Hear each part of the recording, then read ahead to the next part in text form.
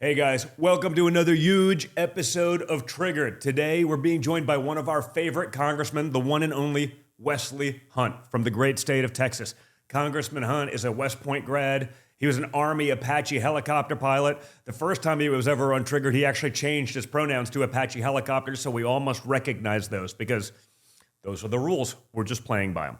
And last time he was on the show, he also said, and you guys all said, that you loved his America First energy. So I think he's really a rising star in the Republican Party. He's been a strong voice for all of us in the America First movement on the issues we talk about on this show all the time. So we're super psyched to have him back. Guys, make sure you're liking, you're sharing, you're subscribing so you never miss any of these episodes, okay? We want to make sure we get this word out, we get this messaging out. We have God knows how many people working against us at all times between big tech and the mainstream media. It's you guys that make that happen. So like, share, subscribe, download the Rumble app. Remember, we're only on Mondays and Thursdays. So, it's not the regular schedule. So, subscribe so that you can get reminders, so that you can catch the shows live. Also, remember, you can find these shows on Apple Podcasts and Spotify after they air right here on Rumble. So we're everywhere, and if you're traveling, that may be an easy way to do it. So make sure to check those things out. But the reminders are big, again, because, for better or worse, this isn't my day job. So I can't do every night. This way you don't miss an episode. Mondays, Thursdays, you catch them all. So like, share, subscribe, and make sure you have your notifications on for it. It's all of you guys who make this possible, along with our incredibly brave sponsors, okay? So part of what we talk about on this show so often is we got to vote with our wallets. So make sure to check out these incredible sponsors, but especially go check out the team right now at Patriot Supply.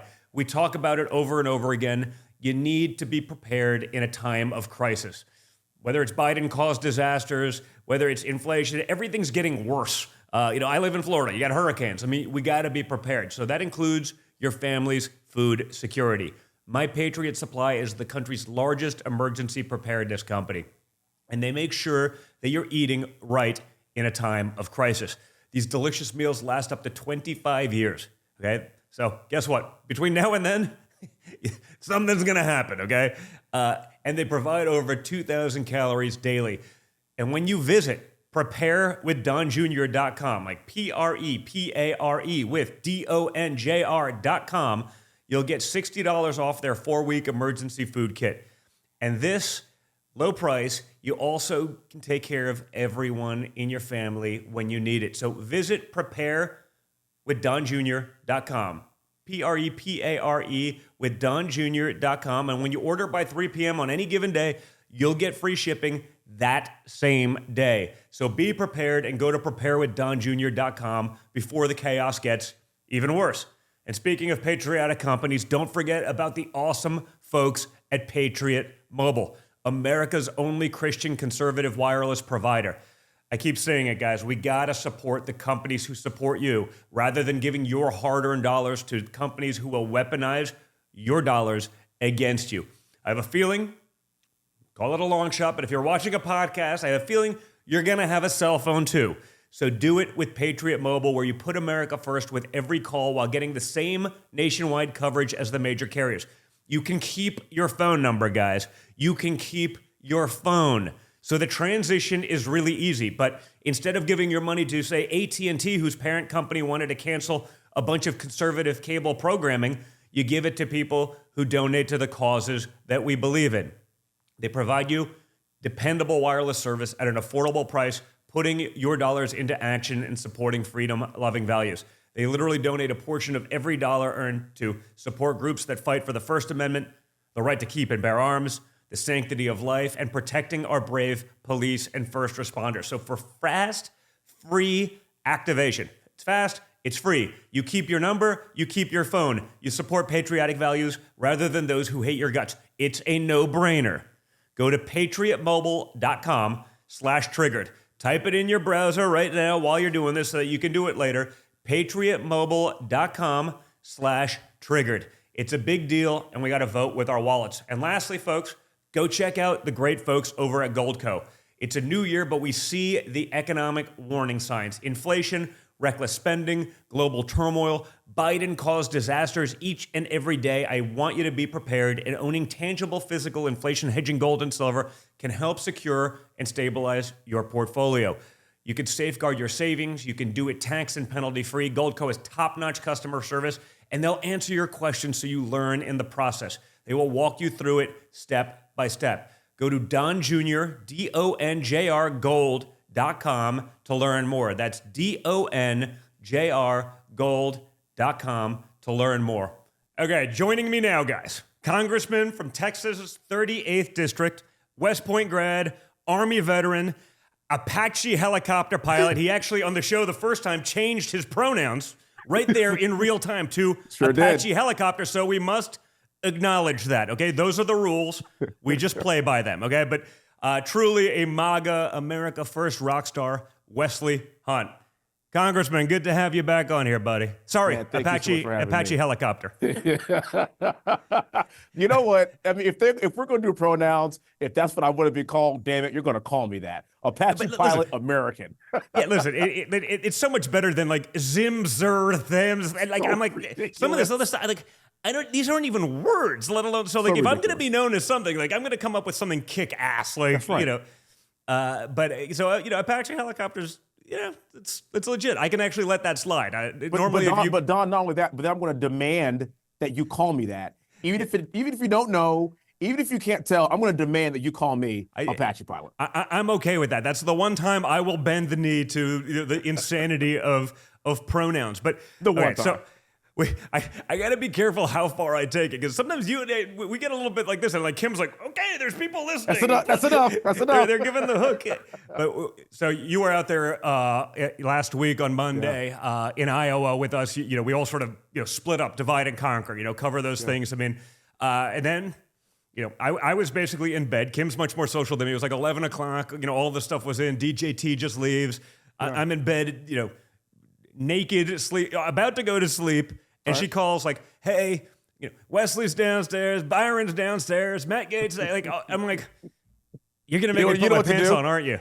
And so I did. I put my pants back on. I came downstairs, and I'm not exactly sure what time we left, but it wasn't early. It ended up.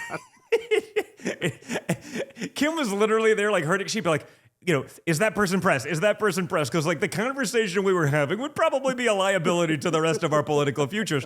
I think to real Americans, though, they would get it. So we had some fun there.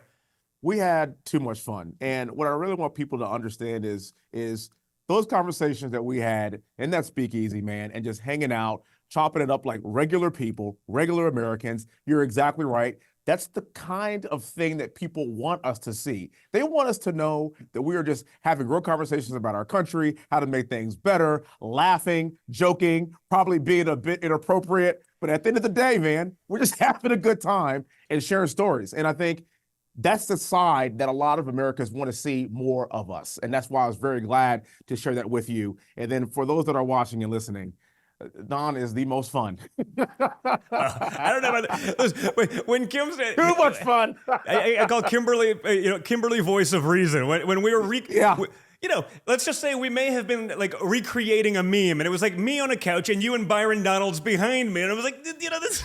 Maybe. She's like, what are you guys doing? I'm like, isn't this like like we're supposed to be able to have fun like this? Yeah, sure, it's totally inappropriate, but like the fact that like friends can actually do that. The other side has beaten, everything out of humor. You're not allowed to make those jokes. And I'd say, obviously that was MLK Day, right? So people, right. There's a lot of sort of stuff going on back and forth throughout the day. And, we're just having fun. And I think that was sort of the ultimate expression of where America has gone, that we can joke around about those things and be totally, totally funny. And then, having the people that are a little bit more reasonable, perhaps panicking, but it's like, that's what it's all about. That's the point. And the second that we stopped doing that as this country, you and I were talking about, actually, we kind of grew up in around the same era, like in the 80s and 90s, where like, you could actually be funny, and Richard Pryor was actually funny, and Eddie Murphy was actually funny, and we could get away with things that were a bit edgy, but we didn't take each other too seriously. Yeah. And the left is stealing all the joy from everything. And I'm seeing this thing kind of come full circle. I'm seeing Americans just like us being like, you know what, like, I'm not going to adhere to that. Like, you're not going to take my fun away. Yeah, we're going to be edgy. Yeah, we're going to have fun. And yeah, we get to say whatever we want to say because this is America. It's a free country. Can we just have a good time? Can we joke, please?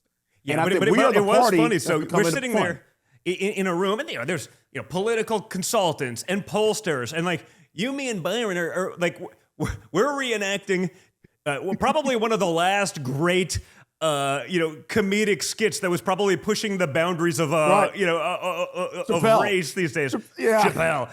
And when we started talking about Clayton Bigsby, the Yes. black white supremacist, you could see all the consultants were like. And then you, me, and Byron just are cracking up, because it's one of the great skits of all time. But in the world of politics, you see that everyone's so guided by that. Whereas I think, again, the ultimate expression of not being racist is actually being able to joke about this with your friends, right? And it's the irony of Clayton Bigsby. We're talking about a black white supremacist. I mean, he's poking fun at the very issue. How by much time acting you got? Like it's out, right? Conolingus rice. Sounded like a Mexican dish. So yeah, just set the table for everyone watching. I mean, this was like a 45-minute. We took the skit for like so much further than the actual skit ever went. But it was a blast. But you could see Matt Gaetz, like guys that you can see are just relaxed and fun. We're having a blast. Other people were like, am I allowed to laugh? Like, I'm like, we're good. Like, it's Absolutely. fine. Please We're not laugh. the communists. You can still have a sense of humor. Exactly. So what did you think? You were on the ground there, and thank you so much for that. I mean, your work. I know, again, you, Matt, Byron, a bunch. Carrie Lake was all over the place.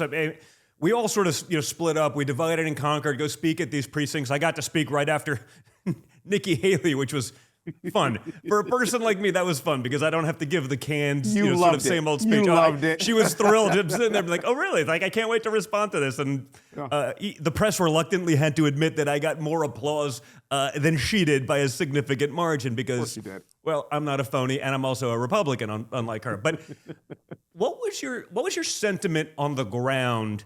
As you went around and sort of did these events and, spoke at the precincts and stuff like that. I mean, because to me, it felt really, really good. And I'm unfortunately, not really a rookie at this. I've now done this. This is my third cycle, doing this at a pretty high level.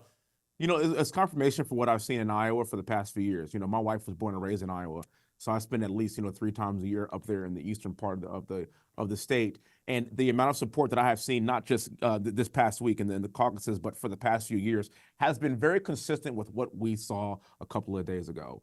And the idea that President Trump won by 30 points is astronomical. It almost tripled the record that we've seen in the history of this country for the Republican Party in the Iowa caucuses. What that tells you is this is going way beyond just the Republican Party. This is going now to every single American that is fed up and sick of what we have seen over the course of the past few years. 30 points is insane. Yeah. And the energy that we saw on the ground, the victory party afterward, by the way, you and your brother were looking pretty solid up there, standing next to each other, like two bookends. And being there at the party, seeing the energy, dude, I cannot imagine a world that we wake up in November and Donald Trump is our president again. And the fact that we were able to send that first shot across the bow and make such a strong appearance in that first state, man, I'm really excited for New Hampshire, Nevada, South Carolina, and I think your dad's going to win every single state in the Republican primary. Yeah, listen, it felt good. It was funny watching the leftists melt down. Like he gave a speech where he was literally talking. He was like, listen, it's now time for unity. We get to get, and by the way, it wasn't just like unity within the Republican Party. It was unity. I want Democrats. He was joking backstage. Should I say, hey, we'll even unify with the communists in this. We're not going to give them what they want. I was like, maybe not. Don't say that. Hold on, the communist part, Dad. Because the Marxists and the communists, we want some unity too. But it's like, we're not going to give them anything they want. Yeah. But we're happy to welcome him into the fold. I was like, you know what? It's pretty. It was classic Trump, right? I was like, it's really funny, but I was like, why don't we just talk about the non-sociopaths? Like we can. I know we want to welcome everyone. It's about addition at this point, right? But I thought that was such an important message as well because you can see it, and I guess I'd start with with your bird's eye view, being both in Congress, but also as a a congressman from Texas, where you have a border crisis like we've never seen before. The Biden disasters, they're legitimately driving our country off a cliff. I mean, last week, Jamie Dimon was like, well, maybe we shouldn't vilify Trump as bad. He was actually right about a lot of things, and the policies were pretty good. Maybe I didn't love the way he said it. I was like, wait a minute, Jamie Dimon, like the guy that they wanted to literally have replace Joe Biden as a Democrat, was actually, that was sort of interesting, But the sell of Build Back Better, nothing's built, nothing's back, nothing's better. It's a disaster.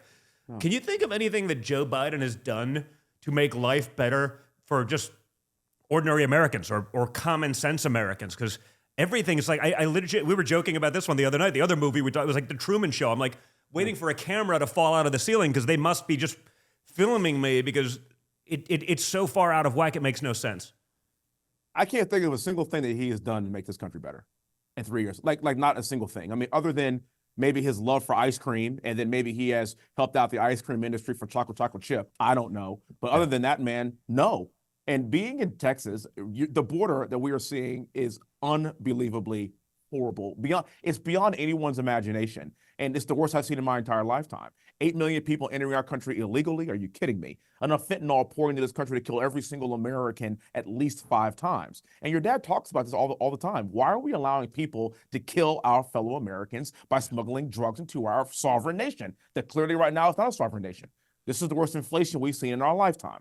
And when you start to add all these things up, this is how you get a 30-point win in Iowa.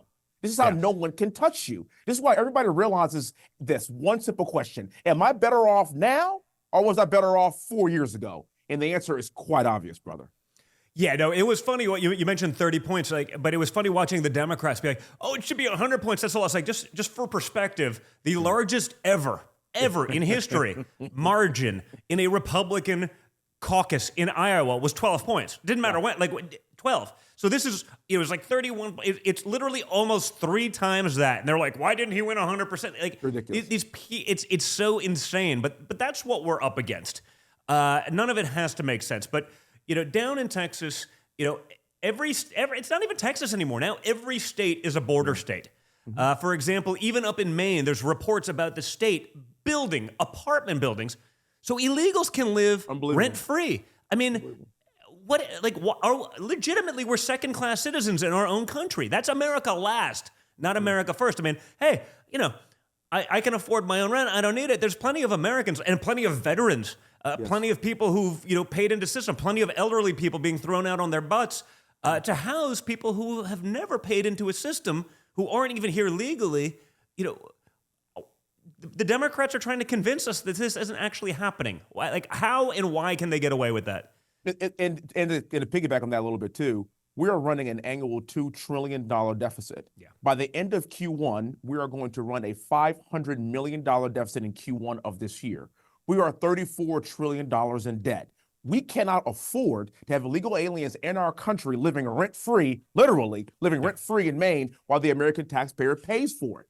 This is just basic American stuff, basic sovereign nation stuff. And I think what they are trying to do, in my opinion, brother, is bring in as many illegal people in this country as possible, try to get them to vote so they can try to steal these elections again.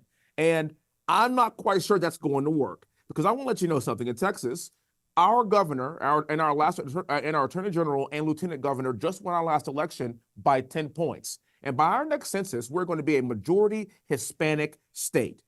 Just because Hispanics are in this country, the ones that are here legally, the ones that can vote, they don't like or want the idea of liberals destroying the very fabric of Texas and our country. And so you let these people in here, but let me be clear about something. They're going to come here, they're going to work, they're going to have families, they're going to start going to church. And if you think they're going to vote for Democrats with their craziness about this women playing against men in sports and open border policies and spending into oblivion, if you think that they're going to be okay with that, they're not. That's why Texas is still very red. Yeah, I don't think they're, the ones that are coming, I don't think they're coming for the free sex change operation that California is offering them now. I imagine it's other things. And but I also see the schism between, some of the most patriotic people I know are legal immigrants, but people who went through a process and did this over a long period of time. And, again, the Biden administration doesn't seem to make it easy for someone who'd be like a nuclear physicist or someone who's not going to be a dependent or someone from the communist countries of Latin America, whether, Cuba or Venezuela. Those people have a hard time. It's only the ones that, like we can create a dependent. And that's a problem because it's not like we're overflowing in abundance of, great resources here right now. I mean, our healthcare system's a disaster and really expensive. Our education system's like, what is it? 29th in the world, and we spend more per capita than anyone. But now you're gonna throw millions of more kids, many of whom don't even speak English, into these schools, and you think that's going to be beneficial for you?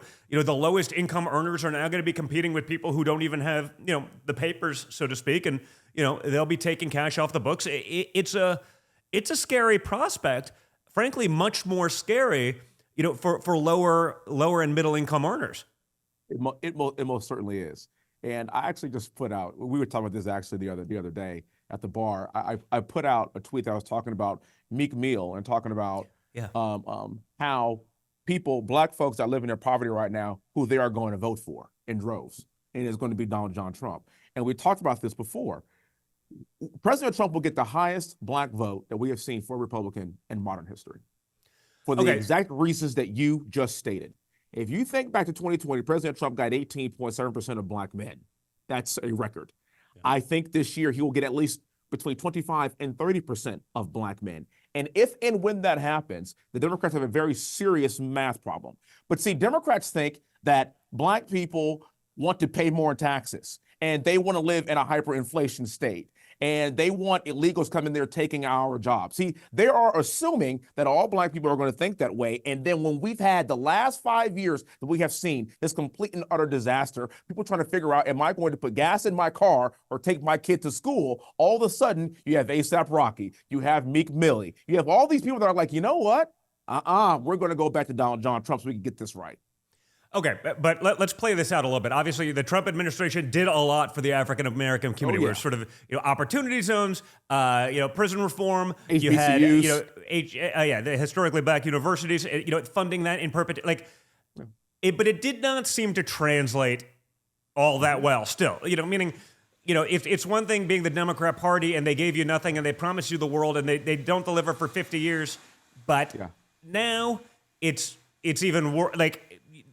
It just feels like it's the holy grail. Like it should always happen. The Democrat Party has failed so miserably, and yet it never does. Do you actually believe it? I certainly think I see it with the men because they're commenting.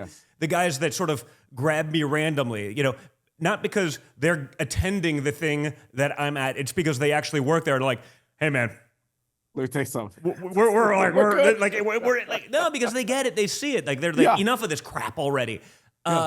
But I always felt there was such a stranglehold. You go in the inner cities, and the pastor. I'm sure he's great, except he's on the payroll of the Democrat Party.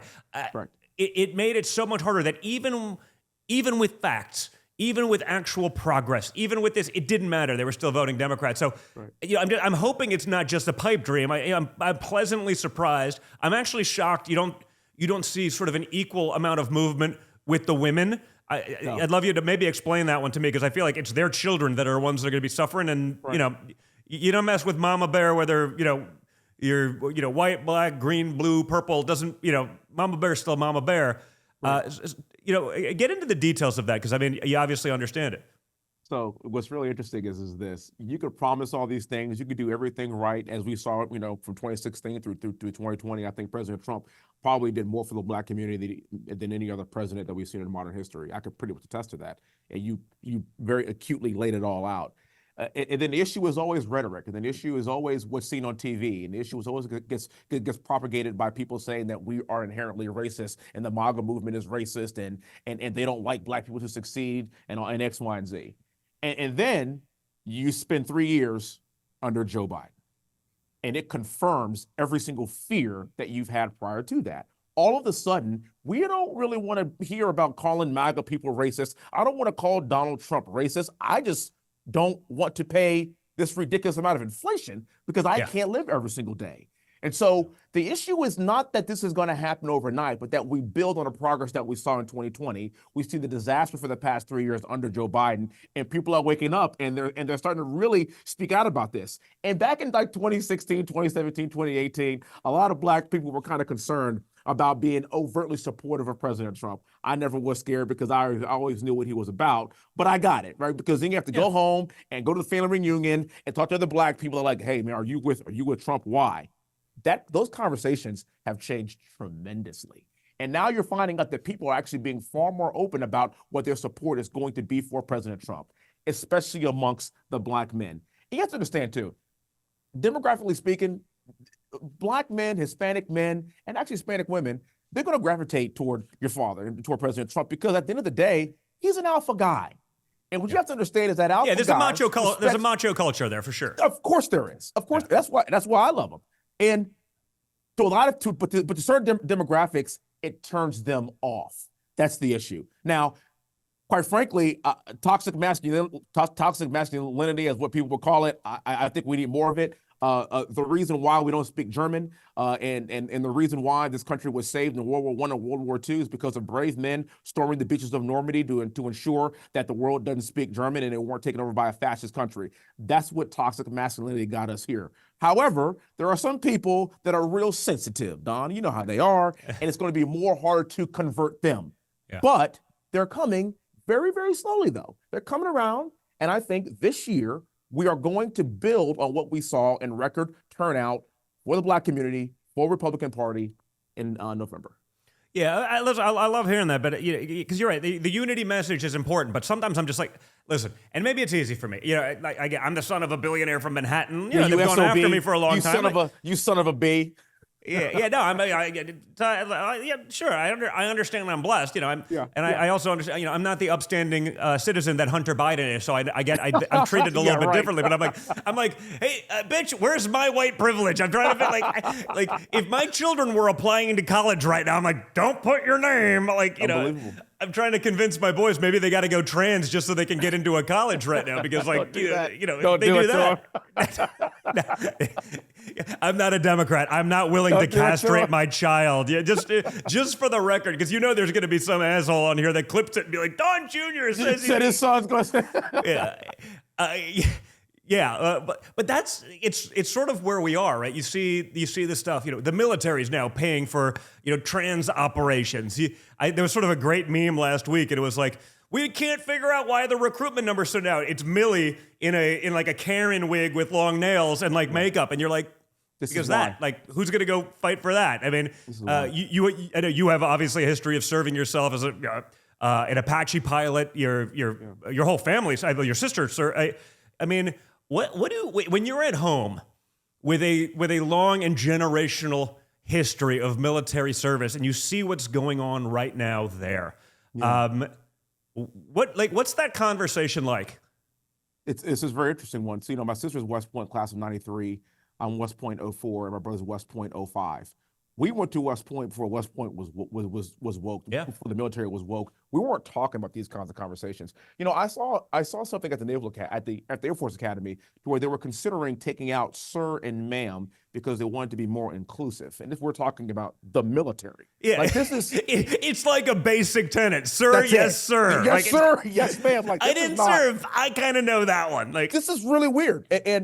And it's the military that you volunteered to join. So if you don't like the parameters or the structure in which it's set up, then don't join. Go join the Peace Corps. But it is our job to fight and win our nation's wars.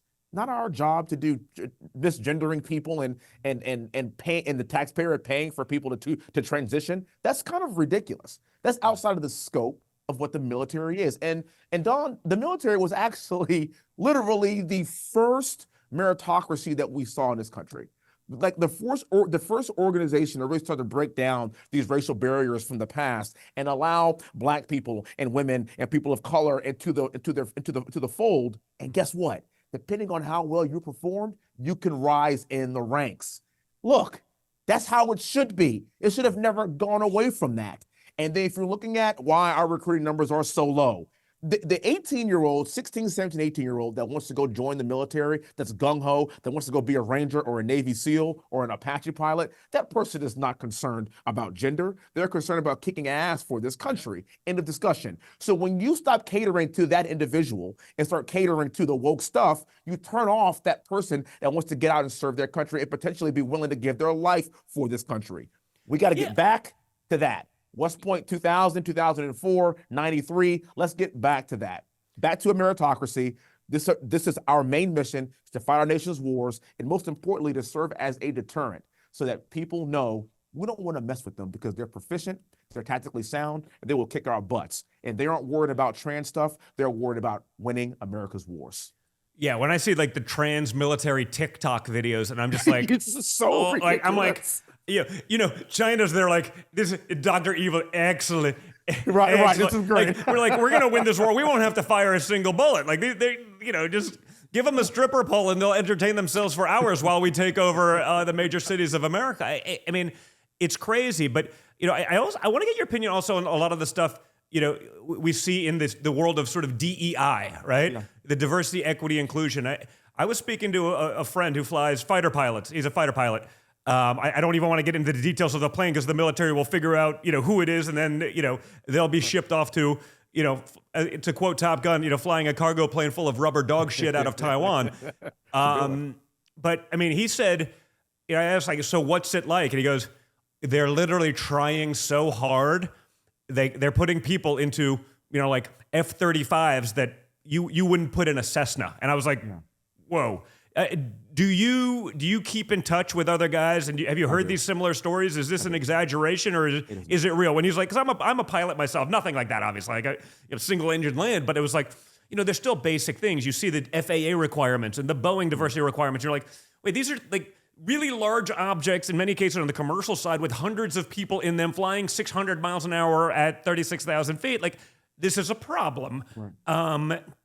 But when I heard about it in fighter jets, in F-18s and F-35s, and they're like, dude, these guys, they wouldn't have flown cargo planes, when I got in X number of years ago, and now it's like they're trying to stick some of the worst candidates into some of our finest machinery. So I could even before we get to those super advanced aircraft, you and I were talking about, how many flights we have. You and I fly commercial a lot. I was actually pleased to hear that. You fly commercial and I fly 99%, 95% of my travel is commercial coach. Made my day. I was like, this is really cool, actually. Because you don't have to. That's really cool. Yeah. And we're talking about that. And of all the flights, of every time that you got on a plane to fly anywhere in the country or anywhere in the world, did you peek your head into the cockpit and say, hey, I just want to make sure that you, Delta Airline, or you, United Airlines, that you have made your D&I requirements, because if you didn't, I'm not getting on this plane. Yeah. No, 100. I want to make sure. I don't really care so much about hitting the ground at 600 miles an hour and going out in a fiery ball of death. I want to make sure we're inclusive. That's right. Right. That's exactly correct. But it's also creating, though, a vicious cycle, because I do get on these planes, like a lot. I probably fly like between 200,000 and 300,000 commercial miles a year. Yes. And I look in the cockpit, and sometimes now I could see someone. By the way, they may be the most competent person in the air that day. But if I'm seeing I'm like, but I don't know, because I don't know. And that sucks. Like, that's a shitty feeling when you fly as much as I do. The odds of something going wrong in a flight that I'm on eventually is real. You know what I mean? That and you also do an injustice, in my opinion. You do an injustice to these minority groups, because the first thing that anybody cares about is, are you proficient and are you good at your job? Can you do that? Yeah. And now we have a world with Kamala Harris and Ketanji Brown and all these people that are getting these positions just because of the way they look. You are now questioning their acumen, and that's not fair either. But the problem is we've done this so much, right? With Kamala Harris, then you listen to her speak and be like, I don't know. There's probably a reason she was polling at 1% in the Democrat primary, right. But she became vice president anyway. Yeah. You see it. I don't know enough about Ketanji Brown Jackson, but they're people putting stuff out. Woman, though. But Karine Jean-Pierre is like, no, well, she's the press secretary. She's going to be the face of the Biden administration on a daily basis, and she's great because she's the first black lesbian, gay black lesbian who wasn't born here or something. Like whatever. Like it was like they were like box check. It was like, oh my God, she's checked so many boxes. Like we should put her in an Apollo mission spaceship because does she know anything about that? No, but who cares? She checked off 4 boxes. But you see the performance, but worse. You see the media like okay, you're not going to address that. Like it's the biggest story of the week. You're just not going to address that. Yes. Like they give her a pass. They understand she's not capable of answering the question, but no one says like, "Hey, can we get back to competence?" They wouldn't have given that same slack to someone that my father put into office that way, and that's the problem. So you see people. They may belong in a position. You see the treatment of Claudine Gay over at Harvard. Yes, like, she should have never been there. She should never been in the first place. A black woman, it's time. Well. That does such a disservice for someone who actually is a black woman, who actually belongs in that position, and I'm sure there's a bunch of them. Yes, as long as they're qualified. The first thing you said about me, this is why I love you, and this is why I love conservatives. The first thing you said about me on this show, here's Wesley Hunt.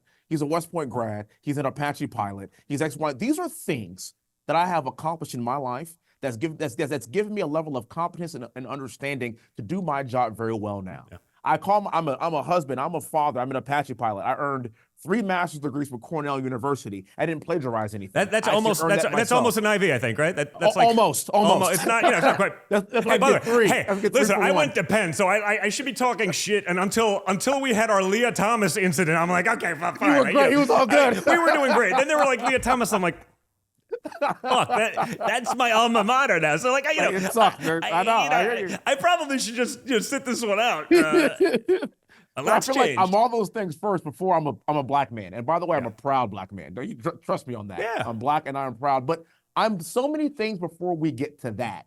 That's what I love about our party. I love that about our party. We are not going to put somebody in a role just because they look a certain way. Yeah. We're going to put somebody in a role because they're the best fit for the role and what the country needs. And also they're competent and they're good at their job and they don't check boxes just for games or for fun. It's because they're actually, look, here's what they've done. They're qualified. They present well. Boom. This is our person. If it happens to be a black person, great. Or a white man, great. Or a Hispanic man, Hispanic woman, great. I want it works against me too. If I'm hanging out, that's Don's token black friend. I'm like, what? Like I'm incapable of liking someone. It's like, how about have more than one black? How about that fucking guy's funny as hell? We're sitting there like, I mean, it basically ended up being like you, me, and Byron just like in the corner because everyone else. I think everyone else may be a bit racist. They were afraid to hang out with us. Or they're just worried about the reputational damage of being associated with what was coming out of our mouths. It's all good. You earned your black card that night, Don. Yeah, dude, that was what we got to do with more of that. Like, especially when there's fewer people around. But but yeah, there is so much of that, and it's like it's crazy. I mean, listen. By the way, you see it this week. Like, Lloyd Austin, the Secretary of Defense, he goes home for a week. Doesn't even tell the Biden administration. Now, this could be, by the way, this may not be like he gets a pass because of race. It could actually just be because the military-industrial complex no longer feels like they need to tell Biden. By the way, similar generals, they didn't tell. Would he know anyway? No, no, of course not. But like other people in the person they put in was a woman. They made a big deal of saying that. The problem is she was on vacation in Puerto Rico. Correct. Which is wonderful, but like, I don't know. If you're the acting SecDef, maybe it's time to come home. But perhaps the bigger problem isn't that he got a pass because of that, but now you don't know. No. Right? Now you don't know because you're not sure if anyone's a checkbox. They could be the most qualified person in the world, but you wonder, which makes you question your orders, I would think, which makes you like, hey, is someone who's got an IQ of 3 sending me to death in a war we should never get into because they have bad judgment and don't belong there? Correct. And so, or perhaps the bigger problem, and I'd love your opinion on this, is really, isn't it maybe the military-industrial complex also saying, hey, we no longer respond to the civilian chain of command. Like, you know what, we know more. Joe Biden's an idiot. We're just not going to listen. And then, by the way, they tried doing the same to my father. He'd say, this is what we're going to do to get to peace, and yada, yada. We don't want to do that. So they slow play it, they drag it out. Oh, here's 30 reasons why you can't, and they sound really serious. You're going to endanger lives, but it's all bullshit, right? Here's a briefing made to order, meaning here's a briefing where this is the conclusion we want, and therefore we'll give you a bunch of stuff as to how we got there to give us the answer we want, even if there's no truth to it. But in the case of the Lloyd Austin, I mean, if you did this, if you disappeared for 5 days when you were in active duty and didn't tell anyone, there was no one in the chain of, wouldn't you be relieved of duty? Immediately, actually. Immediately. Like not even without a question. Just bye. Without question. And I was a captain. I was a captain, not a 4-star general. Without question. I would have been, if I disappeared for 5 days and did not tell my chain of command and said nothing, no text, no phone call, they didn't know where I was. You should have seen the package that we had to fill out to go on leave for a weekend. I had to kill a tree to let my commanders know where I was, what I was doing, how many miles I was driving. I got my car inspected. Here's my license and registration, you name it, to leave to go on pass for the weekend. And so if we have a leader who's a 4-star general that leaves and does not tell his direct leader, which would be Joe Biden, that he's leaving for 5 days, that's a very serious problem. I have a bigger concern, though, Don. A bigger concern is this. What is Vladimir Putin saying? What is Xi Jinping saying? We must be the laughing stock of the world, right? Oh, my gosh. Like, it's sort of, it's the dream of all foreign adversaries to have a situation like this in America right now. They were hoping that maybe they could pressure us into these situations. We beat and won the Cold War basically because of the economy, right? They ran out of money with their nonsense. And we're becoming that communist nation very quickly, and that's no joke. I mean, but you see that going on, and I guess I'd ask, like, are we prepared for a major foreign conflict? I mean, there's 3 brewing right now between what's going on, Israel, and then south further in sort of the shipping channels. You obviously have Ukraine. You have what's going on, sort of on the border of Venezuela and Guyana. Like, and yet we, the war machine in D.C., they want to get in all of these things. Yet I don't know that we have the capability for any of them. Right now, we don't. We don't. And it's flipped and it changed just like that with poor leadership. We can actually get back to being a competent fighting force just as quickly with good, strong leadership. And keep in mind, this ebbs and flows. This is actually not our first rodeo. We've been here before. But to answer your question about are we tactically competent enough right now with the force that we have right now to fight a potential 2 or 3 front war? Absolutely not. And that's exactly why these countries are behaving the way that they are behaving. There's a reason why Vladimir Putin chose now, especially after the disastrous Afghanistan pullout. There is a reason why Hezbollah is doing what they're doing right now, and Iran is on path to having another nuclear weapon. There's a reason why Xi Jinping is rallying the sabers against Taiwan. There's a reason why, because they know that the big dog is no longer in charge right now. Yeah. That's it. They're thinking to themselves, we have about 1 more year to get away with whatever we can, because when Donald Trump comes back, it's over. Yeah, you noticed that? Like the other night in Iowa, it was literally, I was watching the futures markets over in China, and their stock market started cratering. They're plummeting. Jack Posobiec, I think, said it best. He was like, oh, they know daddy's coming home. Oh, yes, he is. And it was an important message to the world, because you're right. I don't think any of these things would have happened. There was a reason none of them did happen. Correct. During those 4 years. We had world peace for 4 years. Yeah. Literally, world peace. It's the nature of predation, I always say. Like, correct. Predators prey on the weak. That's what they do. It's a story literally as old as time. And yet, when you have a guy that can't find his way off the stage, you're saying, you know what, this is a good window. Let's go do it. Right now. And I have a prediction too. I'm very confident that your dad's going to win. And when he wins, there's going to be a window from November to the time he gets sworn in January. I have a prediction that all these conflicts before he even gets sworn into office will come to an abrupt stop. Hey guys, we were just kidding. Yeah, just kidding. I don't want to deal with this. I sort of hope so, because it's it's pretty scary. I want to get your assessment. The House Republican Conference right now under the leadership of Speaker Johnson. Yeah. It's rough. I'm worried. Rough times. Yeah. I'm it's an interesting one, because listen, Kevin has his flaws. I get that, but he was politically astute. He was he helped raise a lot of money to help get guys like right. I think you'll be fine, but there's others that need help that were great guys. Right. And when they were like, no, we love a guy that basically I don't know that I had even heard of him before that, and I'm pretty active in this stuff. And it's like they're like, well, no, he's got $5,000 in the bank. He's never. I was like, I like that, because it seems nice and innocent. The problem with being nice and innocent is like, you're now swimming with the big boys, none of whom are nice or innocent. And I want someone who's functioned in the real world at that level, who can play that game. I talk about it on the show. There's sort of like, there's what you want, and then there's the realities of dealing within Washington, D.C. And if you pretend that those two things don't simultaneously exist, you'll literally get nothing done. And I'm worried that, he's getting rolled hard. And by the way, I think the Senate is significantly worse. When I look at the immigration bill, and they're just like, it's a disaster. Anything you want. Like, Mitch will give up, he'll sell all your children, if he can send another $60 billion to Ukraine. I'm like, no one can figure out why. It's totally unpopular with Republicans, other than, I assume he's got a board seat waiting for him down the line, or his children or grandchildren, whatever it may be, are going to, be on the board of Raytheon and Boeing in perpetuity, and maybe that's the retirement plan for them. Right.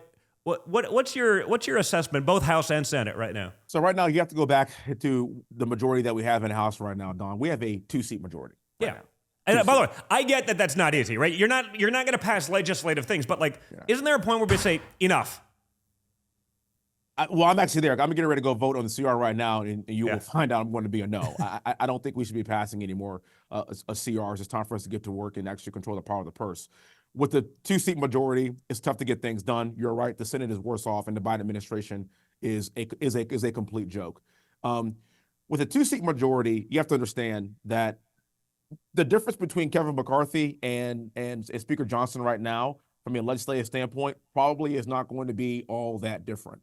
What happened with McCarthy was there was a lack of trust, I think, and that sometimes, brother, when you're here for long enough, either you die the hero or you live long enough to see yourself become the villain. And I think over time, Kevin drew some trust issues, and it wasn't just Matt Gaetz and those 8 people. It was actually quite a bit more than that. Mm-hmm. The reset with Speaker Johnson is a new face. It's a different person, different guy. He's been here for 6 years.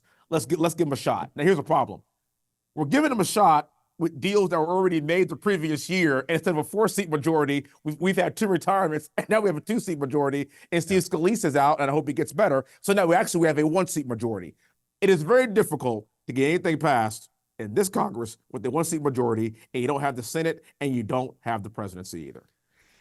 It is our job at this point. You ever shut it down, though?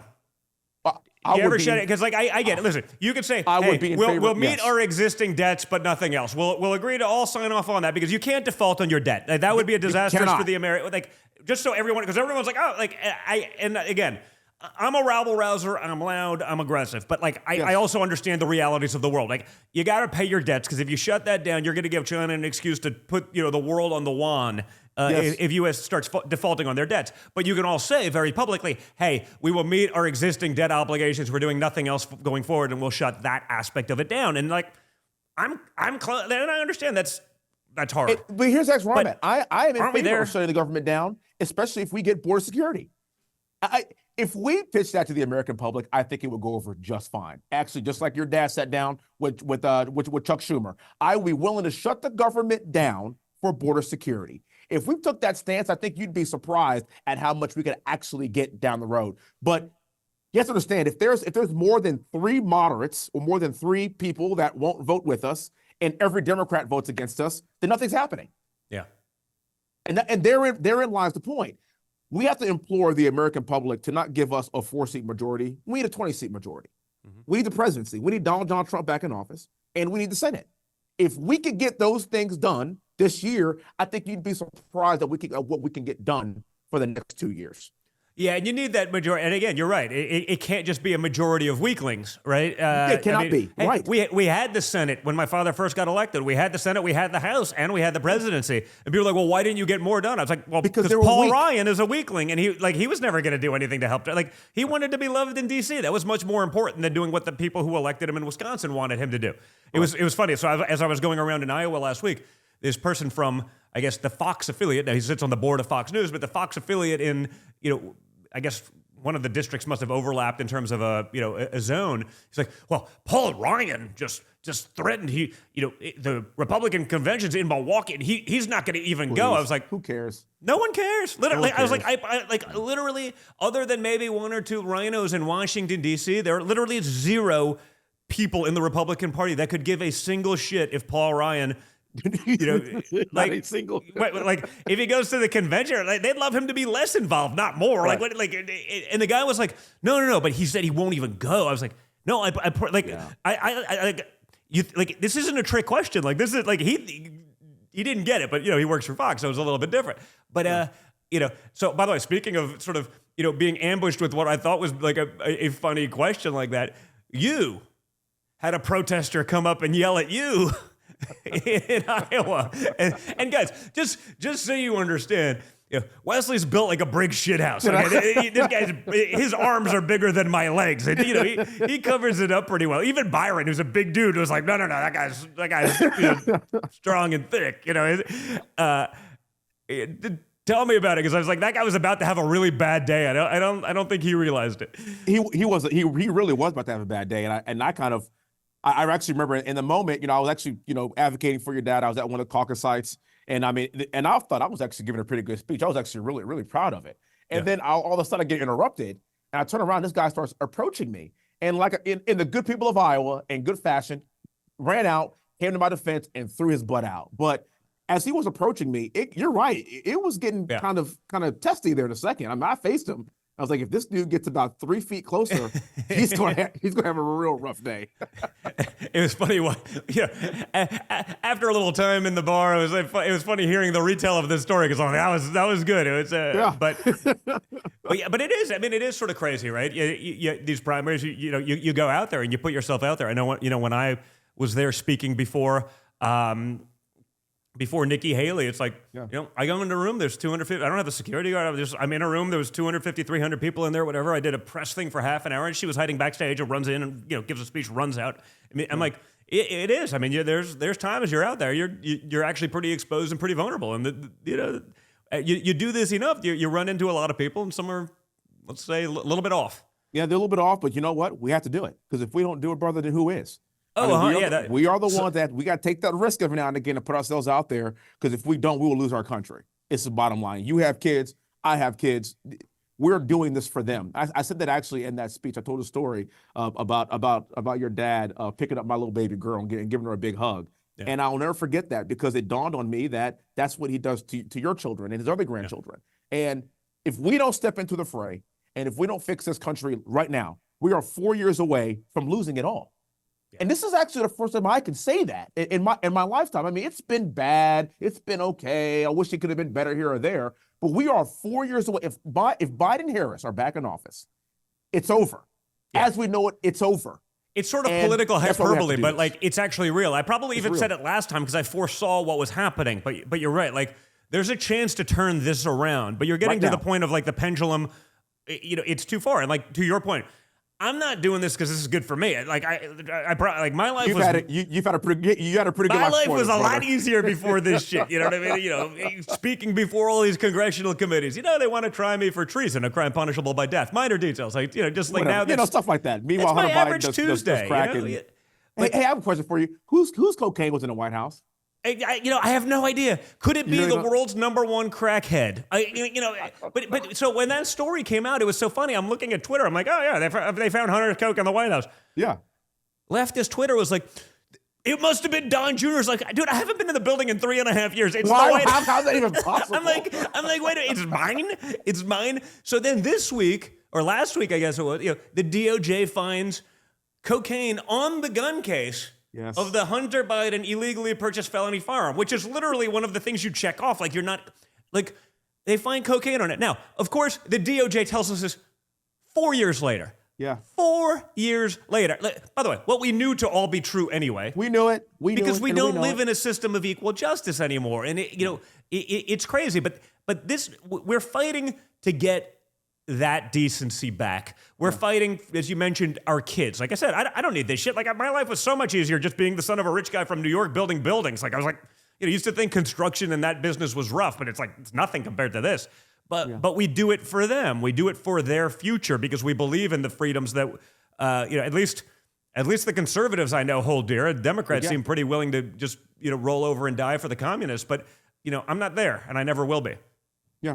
And I'll say this too. You talk about the tale of two sons, Hunter Biden versus you. I tell you, even though the left-wing media is not going to report this, and even though you're not going to see this on any show, and even though we're finding out this stuff 4 years later, thank God for Twitter, thank God for Instagram, and thank God for social media. Because kind of below that current, people are talking about this. People are talking about the disparity. People have said millions of times, damn, if that were Don Jr., he'd be under the jail right now. Now, That's those people get ridiculous. shadow That's banned, not and fair. only 5% of the people that should see that post will actually see it.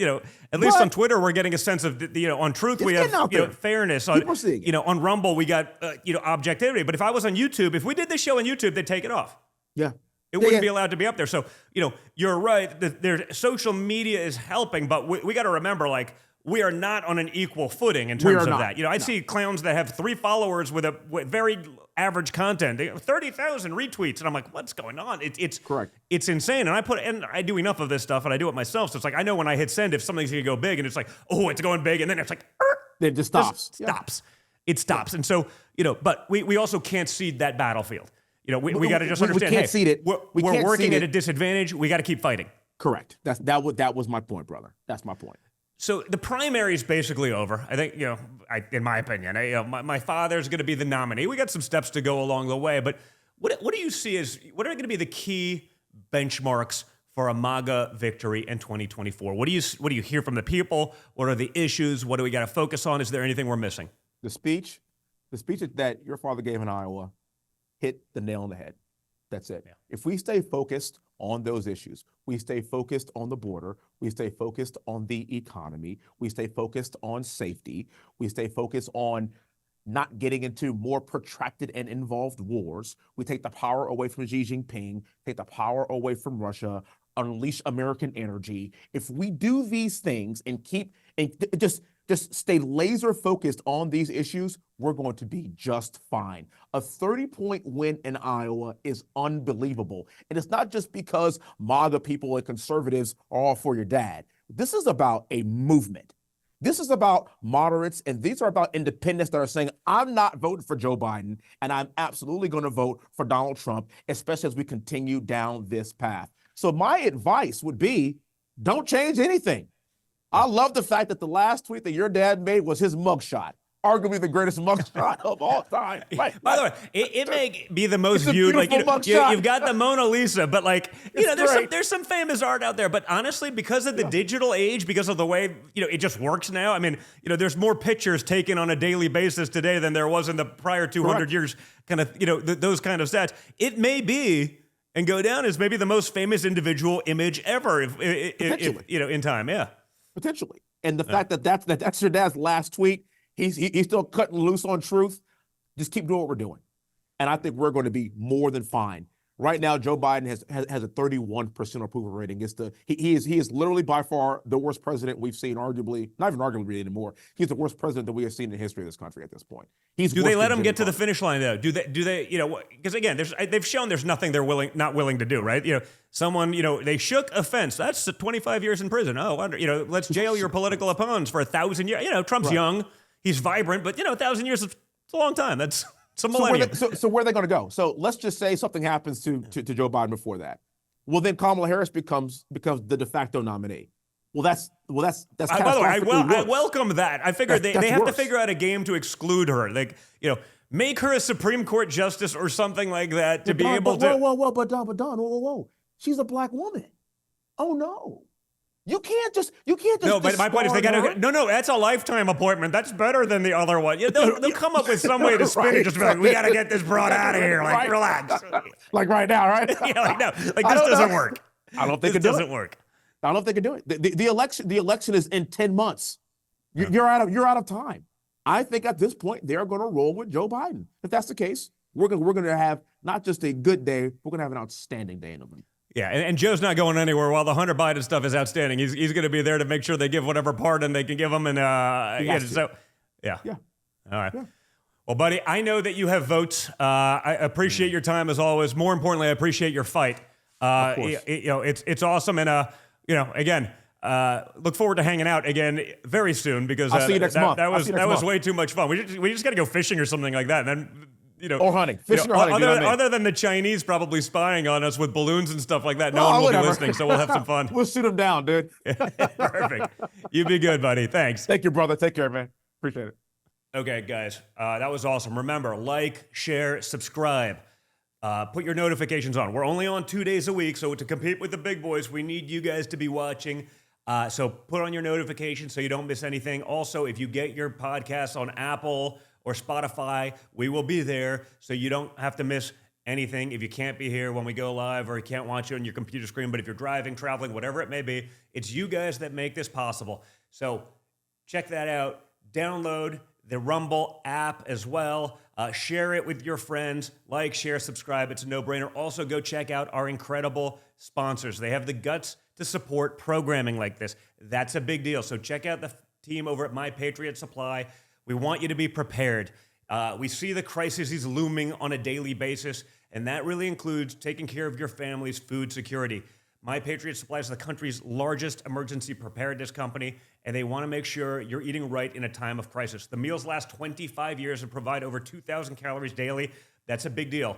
And when you visit preparewithdonjr.com, Prepare with donjr.com, you'll get $60 off their 4-week emergency food kit. Okay?